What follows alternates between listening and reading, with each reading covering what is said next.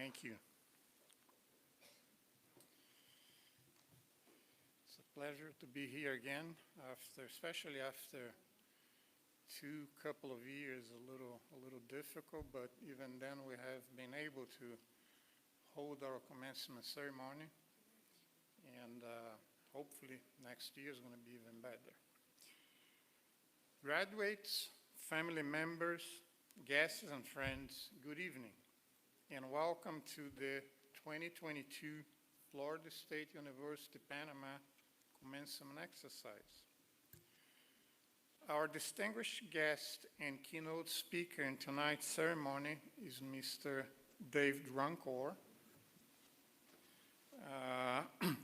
He's a dignitary of the FSU Panama Board of Directors and a very good friend of FSU Panama, among other things. It's an honor to have all of you here, and it's an honor to have David as our guest speaker tonight.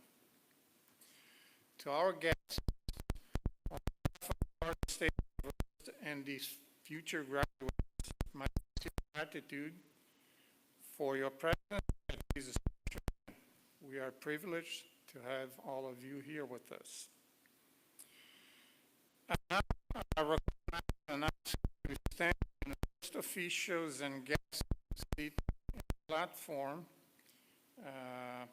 First of all, Mr. David Runcor, who is our guest speaker. Please, Dave.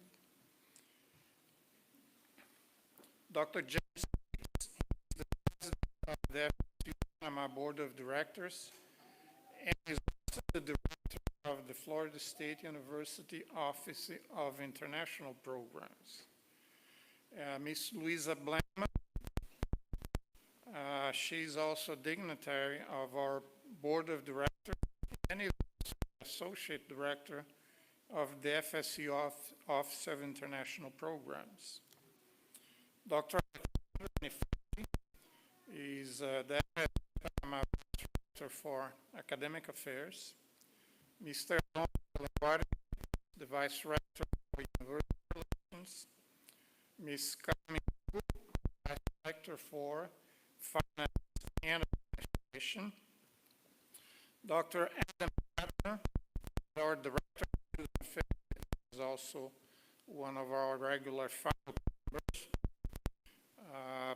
Professor Jorge Rosana, he's the president of the Foundation and is also dignitary of the FSU Panama Board of Directors. Dr. Isabel Urani is a dignitary of the FSU Panama Board of Directors. Mr. Nito is a dignitary of the FSU Panama Board of Directors. Mr. Carlos is also a dignitary of the FSU Panama Board of Directors. And by the way, most of the members of our boards are alumni of Florida State University, so we are lucky to have their counsel and advice by serving in our board of directors. I would also like to recognize some of our faculty members. Dr. Rafael Vasquez, he's a member of our regular faculty.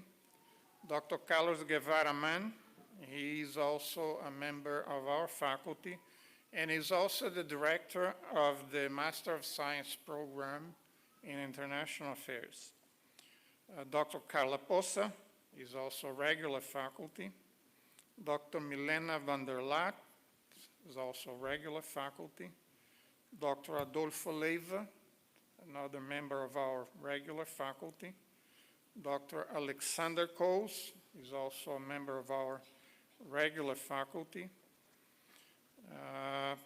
Professor Pushpa Mirchandani is also in our faculty, and Professor Jose Chong is also a member of our regular faculty. Now, as I mentioned at the beginning, these last 2 years have been very unusual years, and despite all the problems created by the pandemic, we are very happy to be here and celebrate the success of these 15 young men and women who are graduating tonight. It's a very special moment, not only to them, but also to those who were in some way involved in the process that led to their reaching these milestones in their lives, the completion of an academic degree. Now, it's the end of one journey, but it's the beginning of another one, which might be as exciting as the one that you are just finishing today. Some of you may be seeking new education opportunities, maybe. Others might be seeking to become entrepreneurs, and others might be seeking to begin a professional career. Whatever your decision is, keep in mind that education is a never-ending process, and the value of a good education becomes more and more important in today's global economy. So, to you graduates, I urge that you take it very seriously if new education opportunities are presented to you. Every commencement is a very special event. Tonight's commencement is no different. We have 4 students graduating with a Master of Science in International Affairs. We have 1 student graduating with a baccalaureate degree in Environment and Society, and 10 students graduating with a baccalaureate degree in International Affairs. These 15 graduates today are joining the Florida State University alumni family. I encourage each one of you to join the FSU Alumni Association and be active in your new role as an FSU alumni. Now, I'd like to take a few minutes to present to you some facts about this institution that you are graduating from, and we are all very proud of. The Florida State University is one of 12 institutions of higher learning in the State University system of Florida. It was established by act of the Florida legislature in 1851. Its Tallahassee campus has been the site of an institution of higher education longer than any other site in the state of Florida. Over those more than 170 years, FSU has grown to become a major research institution with an enrollment of more than 42,000 students and more than 2,500 faculties, including Nobel laureates, recipients of members of foreign and national academies, and recipients of other prestigious fellowships. The Florida State University is one of only 3 preeminent research universities in the state of Florida. In the last few years, Florida State reached unprecedented success in a variety of areas, including student success, faculty and academic programs achievements, diversity, and research, among other things. For the last 4 years, Florida State University has been ranked by the U.S. News and World Report among the top 20 public universities in the United States. More than 30 of its graduate programs are ranked in the top 25 in the U.S. In 2021, it ranked the number 11 best value college according to the Princeton Review, offering an excellent education at an affordable price. Just recently, FSU was honored by the Association of Public and Land-Granted Universities as the winner of the 2021 APLU Degree Completion Award, which recognized the most prominent university in the country for student success. The PLU selected FSU for achieving a record high 74% four-year graduation rate, which was the highest among all public universities. And that basically eliminated the gap by race, ethnicity, and income level. The academic organization of the university comprises 18 different colleges offering more than 276 undergraduate, graduate, professional, and specialty degrees programs. In addition to its beautiful campus in Tallahassee, which I hope many of you one day will have a chance to visit, okay? Florida State, in order to fulfill its mission as a truly global institution, through the Office of International Programs, operates campuses in 4 international locations. One in London, England, another one in Valencia, Spain, another one in Florence, Italy, and the one in Panama, Republic of Panama.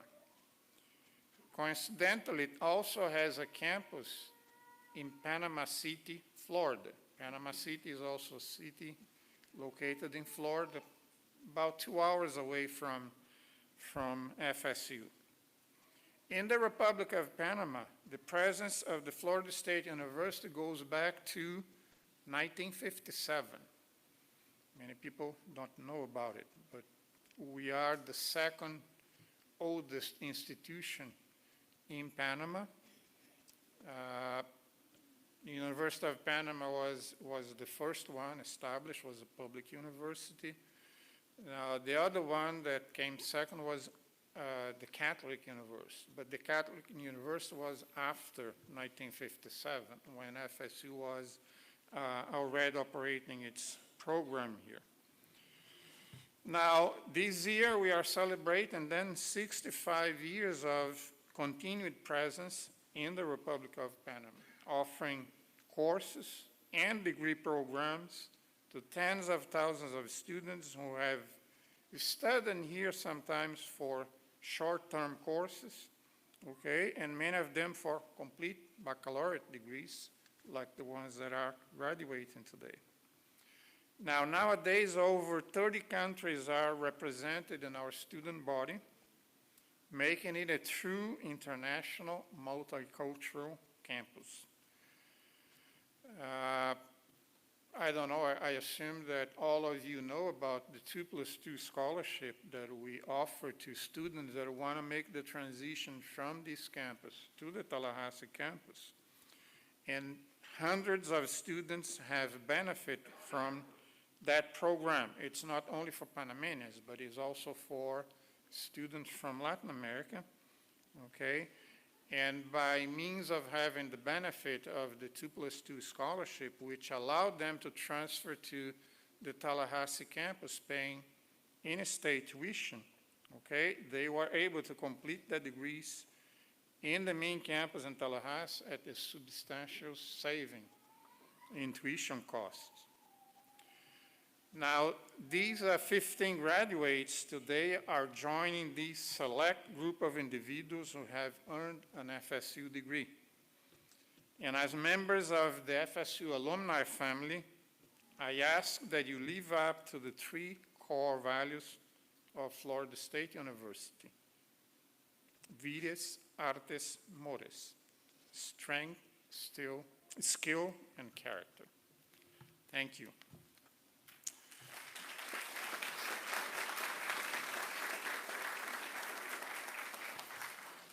Now I would like to introduce Dr. James Speets, who is a professor and is director of the Office of International Programs at Florida State University, and is also the president of our board of directors. Dr. Speets, please.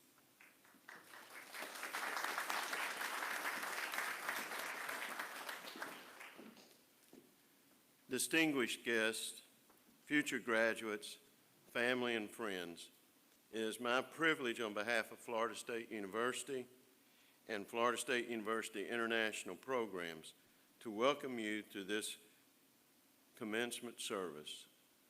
It is really wonderful to be back after a couple of years of the pandemic. We're pleased to hold this commencement ceremony in the excellent City of Knowledge Convention Center. Florida State University embraces the concept of diversity. One way to enhance the education of students at a great university is by providing an international dimension to the education program. The cultural, ethnic, and racial diversity of the university community provides students with an opportunity to learn from those different from themselves. Here at FSU Panama, the student body now represents 30 countries, including students from Latin America and the world. On the main campus in Tallahassee, there are 3,000 international students from 129 countries studying, and an additional 2,300 students studying at various international locations each year. The university is committed to providing its 45,495 students with the understanding, skills, and knowledge that will allow them to be creative and productive citizens of the world. To the graduates, let me say your education has equipped you to be creative thinkers and to deal with whatever the world has to offer. I would like at this time to tell you to go forth, do well, and give back to the next generation. Thank you.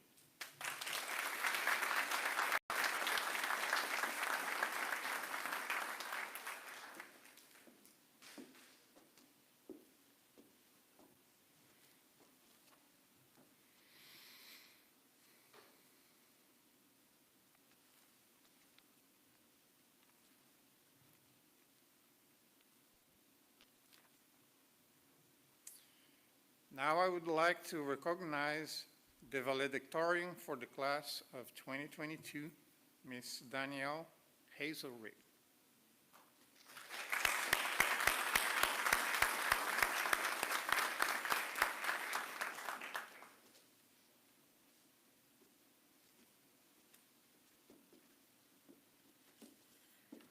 Hello, good evening everyone, and congratulations to all the students graduating tonight. I'm so excited for this opportunity to express my gratitude to FSU Panama and to everyone who helped me along the way. I'm indebted to all the special people in my life that encouraged me to keep going.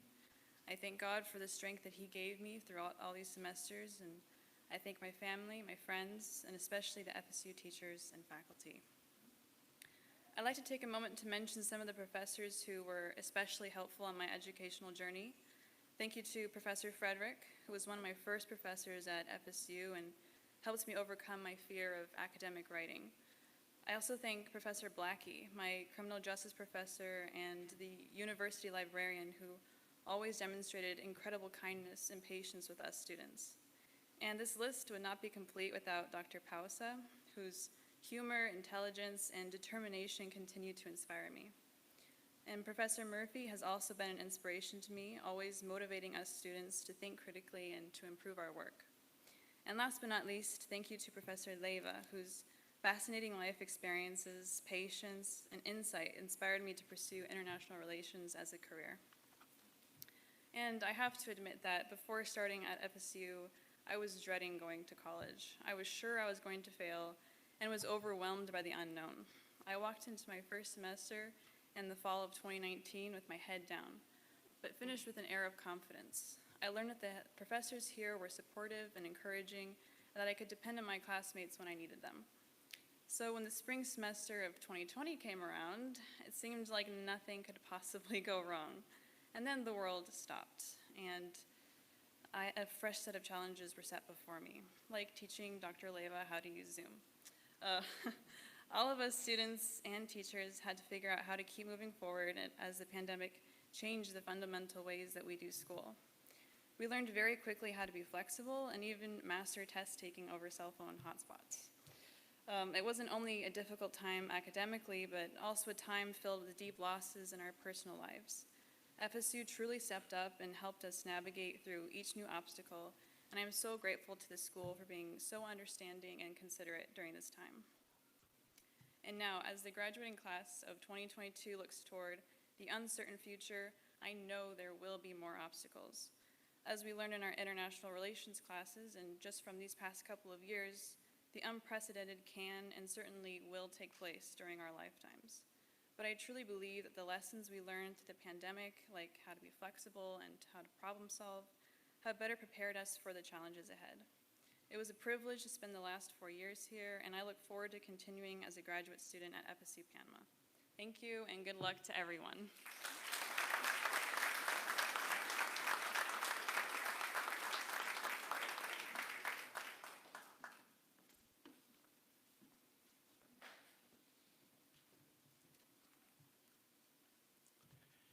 Tonight, it's my privilege to introduce our guest speaker, who has been a longtime friend. After a long career in government service, where he was Florida's State Elections Director, Deputy Secretary of State, and Deputy Chief of Staff to Governor Jeb Bush, David co-founded the lobbying firm Southern Strategy Group, and over the next decade, grew the firm to America's largest state-level lobbying practice with 21 offices in 16 states. Following the sale of his interest in Southern Strategy Group in 2008, David has been an entrepreneur focused on consulting and investment businesses involved in trade, communication, and advocacy, while also creating, identifying, and investing in numerous business opportunities. These investment enterprises include the medical, beverage, material science, real estate, agricultural, and the financial services sector, and involve investment or leadership roles in several companies. David is currently the CEO of Dominion International, a Florida-based commodities trading company focused primarily on oil and gas. David is a native Floridian, served in the U.S. Army, Florida National Guard, and holds a BS degree in economics from Florida State University. I'm sad to say that while he played football for FSU and has his name over a gate into the stadium, he chose to go a little further south from Tallahassee to a town we affectionately called Hogtown, which is commonly known as Gainesville. And he received a master's in political science from the University of Florida. Now, he claims that it was the only political science program at that time that gave a focus on political campaigning. But at any rate, he did do that. He received a certificate from the Institute of Cultural Diplomacy in Berlin and is currently scheduled to complete his PhD from the College of Philosophy at the University of Bucharest in 2023, where his dissertation focuses on public corruption. I now recognize David Rancourt.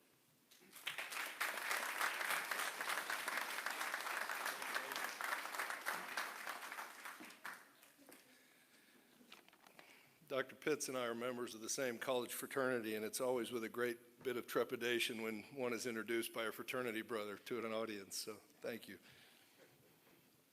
Dr. Pitts, Dr. Langone, board members, faculty, family, friends, and graduates, graduation, congratulations. This is an important rite of passage in young people's lives. It ranks up there with weddings and births and driver's licenses and other very important things. And I remember my own graduation from FSU very well. It was at the Tallahassee Leon County Civic Center, this big cavernous arena that held 8,000 seats.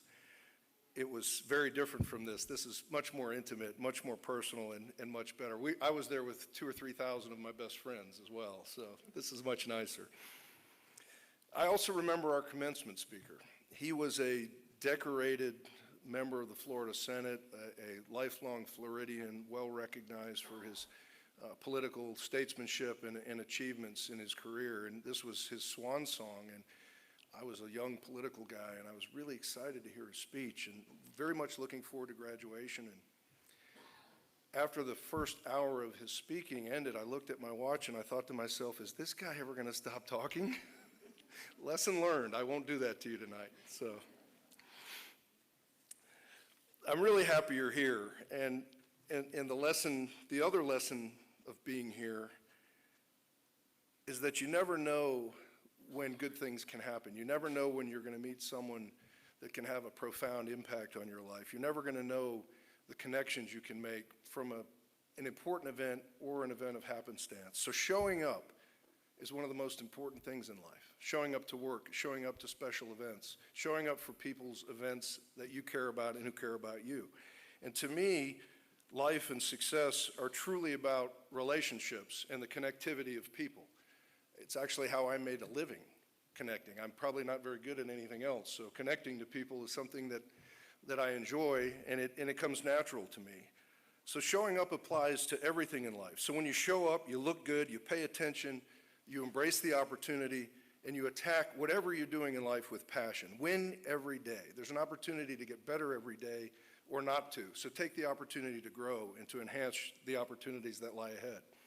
And I think this approach, along with intelligence, hard work, and life, and luck, rather, are really sort of the keys to how you will achieve whatever your goals may be. Whether you're interested in politics, whether you're interested in international affairs, whether you're a scientist, whether it's studying water quality. Hard work, luck, and intelligence make a big difference in your career. But be mindful, you really only can control one. Intelligence is God-given. We're given the brains we have. We can attain wisdom through experience. We can grow, we can learn things, but our intelligence level is sort of set with our developments of the synapses in our brain. Luck. Well, luck is often good timing, and you can make your own luck and find better luck and enhance your luck, but luck is what it is. It's luck. Hard work is the one you can control. But hard work is an important thing, but it's a complicated thing. You can work really, really hard, but not work smart and waste a lot of time. So working hard and working smart, I think, are the keys to your success. So you do this by showing up, you pay attention, you're compassionate. If you're confident and you're reliable, then you've got a great opportunity to succeed in life. But unfortunately, we don't always succeed in life. And so I want to talk about failure. Failure is probably more important than success. It's not a very sexy thing. It's kind of a depressing thing, but it's important, and it makes us better if we understand it and we react to it properly. Failure in itself isn't what's important, though. It's how we react to failure and what we take away from failure. And the first thing to know about failure is to own it. The old saying that if you find yourself in a ditch, the first thing you need to do is stop digging. That's very important. So understand when you failed, and don't try to make yourself feel better about failure. Examine the failure, ask yourself why you failed, how you failed, and how you can keep from failing again. In fact, to me, 2 or 3 of the greatest failures in my life led me right here tonight. Long stories of connectivity. But my first college of choice, honestly, wasn't Florida State University. It was Columbia University. I went to an amazing high school. 50% of my graduating class went to Ivy League schools. I was a pretty good football player in high school, so I had sort of the e-ticket ride into an Ivy League school and was going to take advantage of it. Unfortunately, the football office was a little more ambitious about my acceptance than the admissions office, and I didn't get in. I was 18 years old, the college of my dreams, was told I was going to go by the coach. Devastated. I didn't get in. It was a terrible setback for me, but I didn't let it identify me. I decided I'd go to Florida State. I happened to run into Bobby Bowden in the locker room when I was walking through the athletic facility, encouraged me to walk on early. I got to meet people like Dr. Jim Pitts and a whole others, and it changed my life. And it changed my life because I met people at FSU who helped me with opportunities. Mostly, I think, because of our connection at FSU, the first of which was a guy named Jim Smith, who was an attorney general and then Secretary of State, who, after I went to that school in Hogtown, offered me an opportunity to run his statewide political campaign for governor in 1994.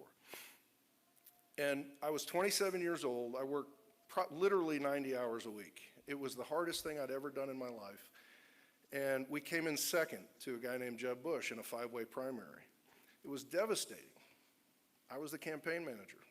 My statewide campaign record was 0-1.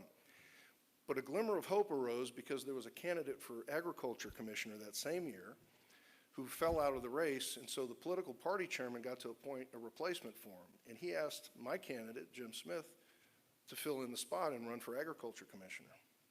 Well, lo and behold, 2 months later, we lost that race too. So I'm the only guy in the state of Florida that I can identify throughout all of history that has lost 2 statewide campaigns with the same candidate in the same year. So congratulations to me for that. We lost, but that opportunity, I worked hard and we did a pretty good job, led me to an opportunity to run the Division of Elections in Florida, where I actually befriended the guy who beat us, named Jeb Bush, and who ultimately became governor, where I became his deputy chief of staff. Relationships, connectivity, and building rather than burning bridges.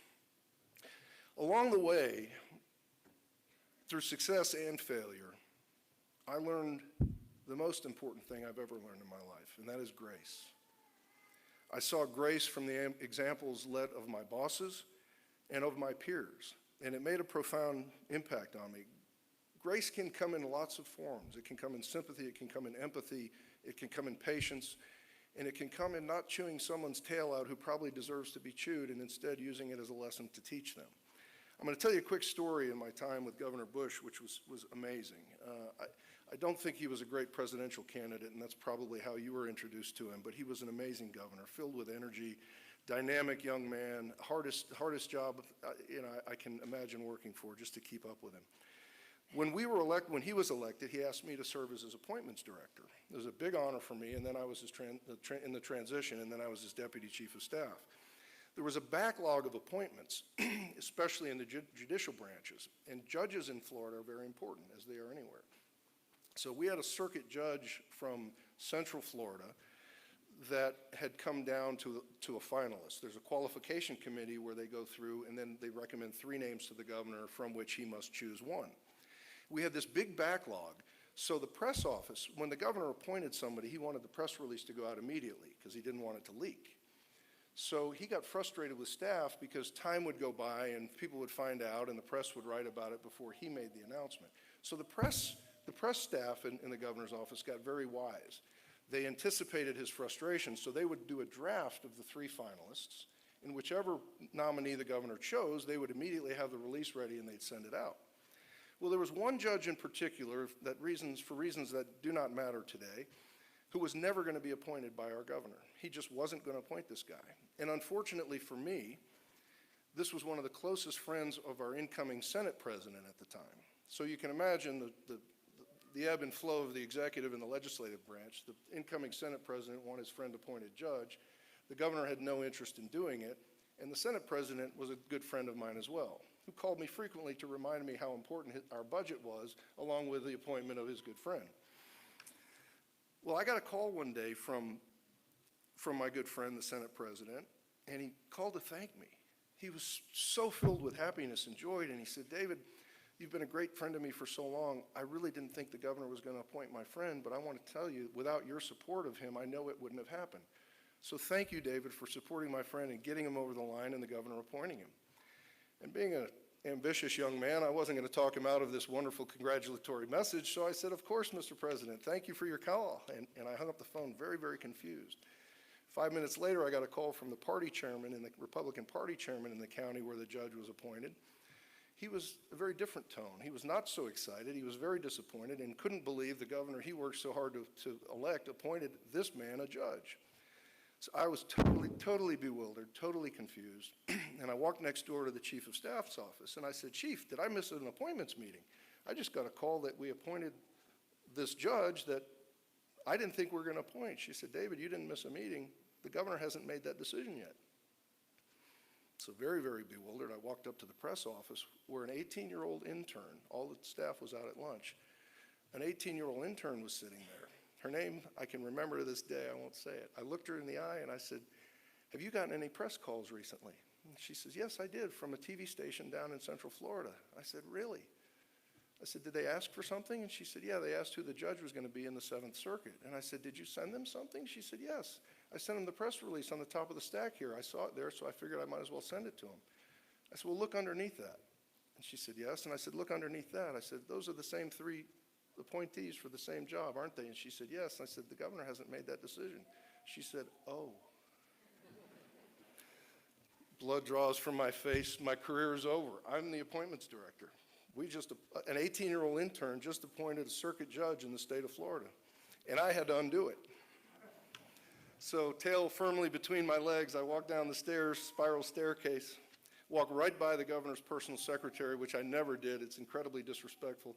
Walked right by her, knocked on the door, and I said, Governor, we have a problem.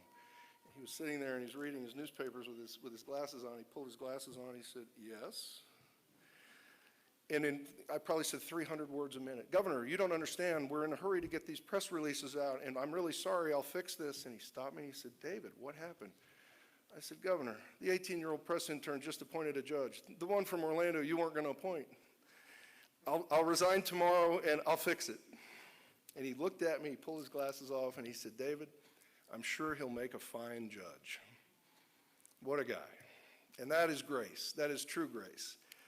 And the judge turned out to be a fine judge, and it really, in the scale of all the things we had to deal with in the governor's administration, it wasn't a big deal, but man, it was a big deal to me that day. But I survived it.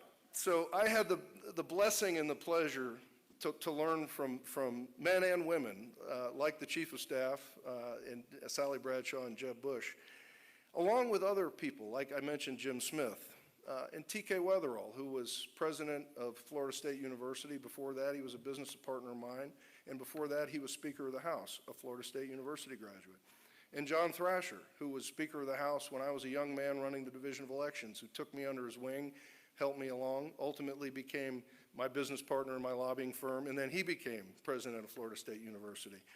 So these connections that you have right here and right now, and if those of you who go to Tallahassee, don't ever ignore them. Don't ever take them for granted. Foster them, encourage them, work them. And just as importantly, don't ever let failure define you, because failure leads to better opportunities if you let it motivate you rather than defeat you.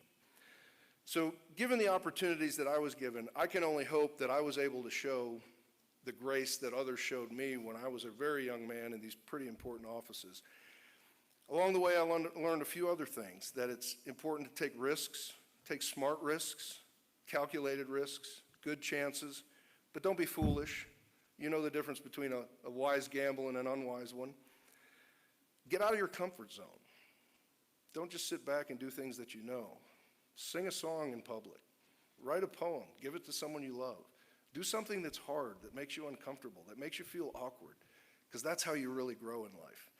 I went back to school at 55 years old to get my PhD. Felt like a really old guy in some of these classes, but it was pretty fun, and I'm still learning. Focus on what matters most to you, at least for part of your day. And by that, I mean your body, your mind, and your spirit, because nobody else is going to focus on that for you, and nobody else can change those things. And if you're not healthy as you grow and you get the pressures of life upon you, if you're not healthy, if you don't take care of yourself, you're no good to anybody else. So being healthy, keeping your brain sharp, staying fit, being mindful of where you are in your life and your career, these are important things. They're not selfish things. Don't let people tell you they're selfish things. So push yourself to grow and get better in some ways in these areas every single day, because you're either winning the day or you're losing the day. And wait to win every single day of the rest of your life. So now I ask, what's next for you? What will you do with this amazing degree? That's incredibly valuable, by the way, a lot more valuable than the one I received 30 years ago. Your academic qualifications to get into FSU are tremendously higher, and as Dr. Langone pointed out, you're at the 19th ranked public university in the country. It's an amazing achievement. The standards to get into this school are amazing. You all should be commended, and your family should be very, very proud of you. So now my challenge to you is to go out and achieve, to never make excuses for failure, to embrace success and failure equally, and learn from both. And remember these great words from Benjamin Franklin: "He that is good for making excuses is seldom good for anything else." God bless you all. Congratulations, and thanks for having me tonight.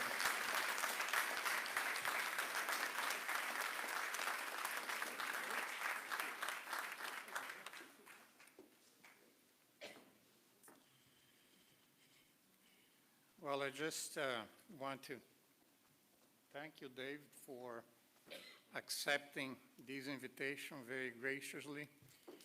You know, every year sometimes we struggle to identify a speaker then, you know, that can say interesting things, that can make our graduates excited and have a good message to all of us. And this year was not different, okay? We started, you know, thinking about, well, maybe we can invite this person, we can invite that. We tried one, and he had some other commitment, until somebody told me, well, you have somebody right next to you. You don't need to search that hard. You have somebody that is, number one, an excellent speaker. He is a good supporter, a wonderful supporter of Florida State University in general, and also of Florida State University, Panama. And above all that, as he said, show up, right? Every time that we have called upon David, he has showed up. Okay, whenever we have a board meeting, whenever we need to have him on a Zoom session to consult about something, he is always there. He is available. He shows up. So he lives up to what he said. He showed up. Okay? It's very important. We are very grateful for you, for us, Dave, to have you here today. And it's unfortunate, you know, I didn't realize that until this year, you know, because we should have called upon him to come here, and I'm sure maybe there is going to be other opportunities in the future. And now that he's working on this doctorate degree, on this very interesting topic of corruption. And I mentioned to him that I would be very interesting in, you know, reading about his findings.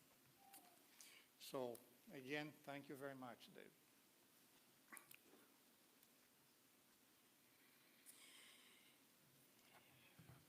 Dr. Pitts, now is the big moment.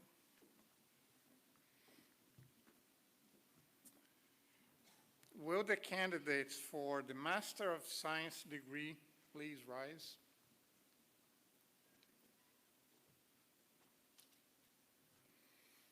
Dr. Pitts, on behalf of the graduate faculty of Florida State University, I have the honor to present the candidates for the Master of Science degrees. By the virtue of the authority vested in me by the Florida Board of Governors and the Florida State University Board of Trustees, I hereby confer upon you the appropriate degree for which you have qualified, the Master of Science degree. We extend to you our sincere congratulations.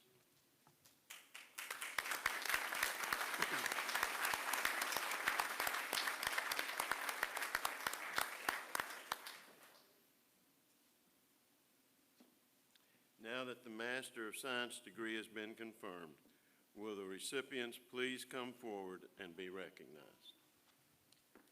Valerie Nicole Falcón Áviles.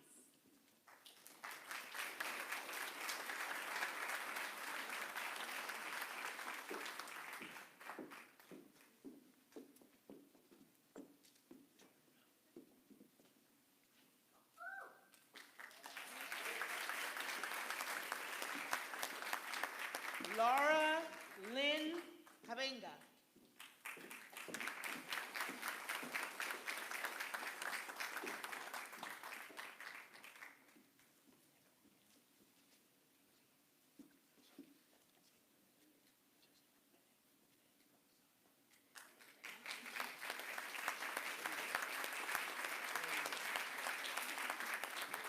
María Laura Herrera Paniza.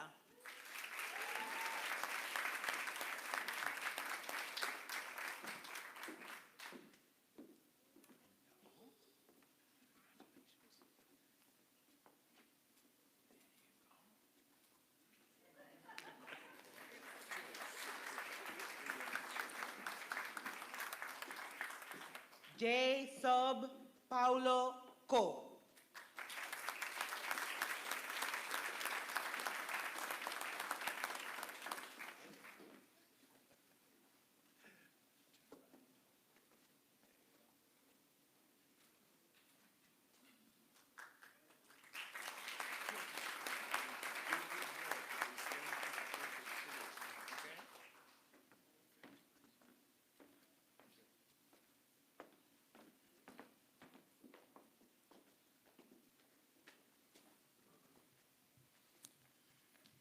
Now, will the candidates for the Bachelor of Science degrees please rise? Dr. Pitts, on behalf of the faculty of Florida State University, I have the honor to present the candidates for the Bachelor of Science degrees. By the virtue of the authority vested in me by the Florida Board of Governors and the Florida State University Board of Trustees, I hereby confer upon you the appropriate degree for which you have qualified, the Bachelor of Science degree. We extend to you our sincere congratulations. You may now move your tassels from the right to the left.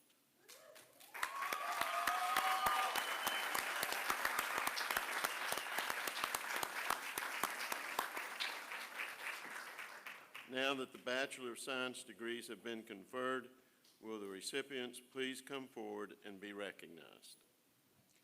Marcos Andrew Acosta Figueroa.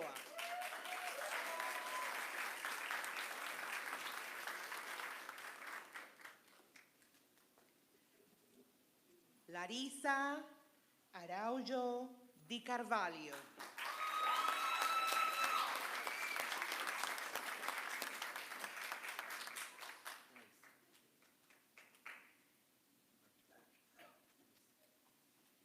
Nirvana Rose Cilliers, cum laude.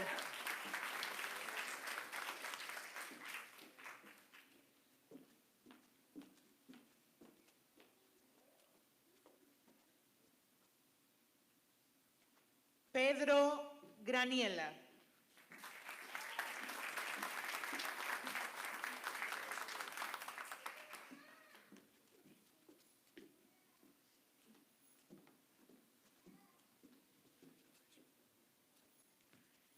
Daniel Hazelrig, summa cum laude.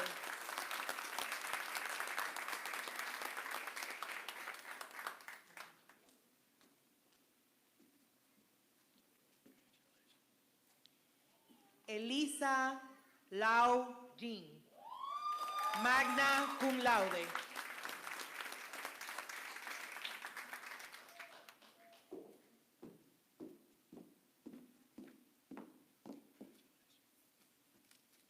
Violeta Nicolai Di.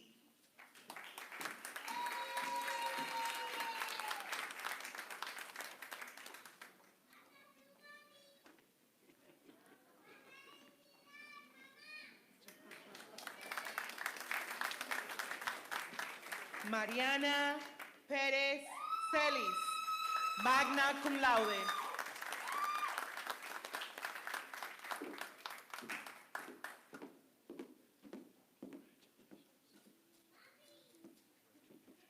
Nicole Marie Rodríguez Márquez, summa cum laude.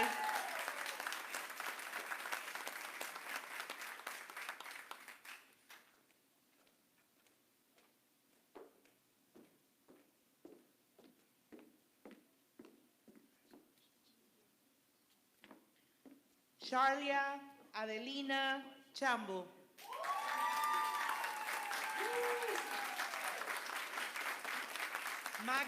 Magna cum laude.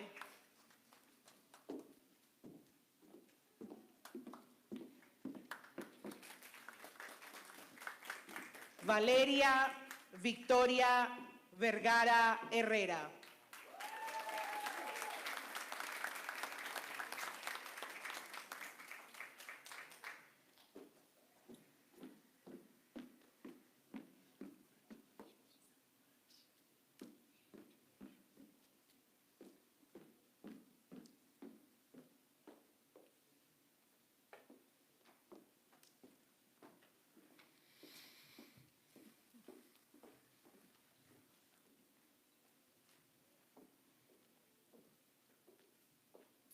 Now, I would like to take this opportunity to thank all the staff and the faculty who collaborated in the organization of this ceremony. Many of them are present here today, assisting with this program.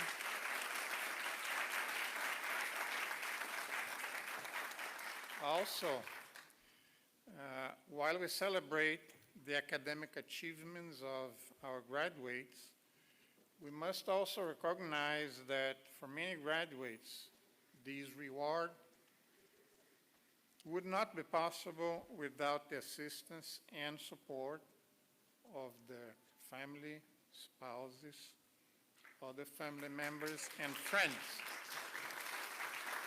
Now, at this time, I will ask all these parents and relatives of our graduates to please rise.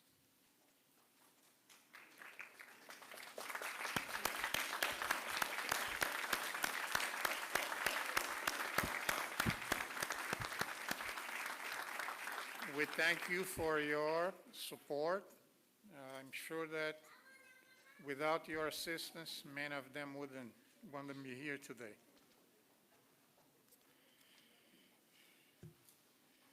Now, even though the current circumstances have not allowed us to have a special reception in honor of our graduates, we have prepared a small gift for each graduate as a small token of our appreciation and admiration. We hope that you can have a special celebration with your loved ones tonight. Once the recessional leaves the auditorium, graduates and their families can take turns to use the platform for their graduation pictures. Now, we would like also to have a formal picture of all the graduates with some of us here in the platform. So don't take your regalia, please. Please rise for the recessional, which will be led by the platform party, and the graduates will follow. Thank you for joining us on this special occasion.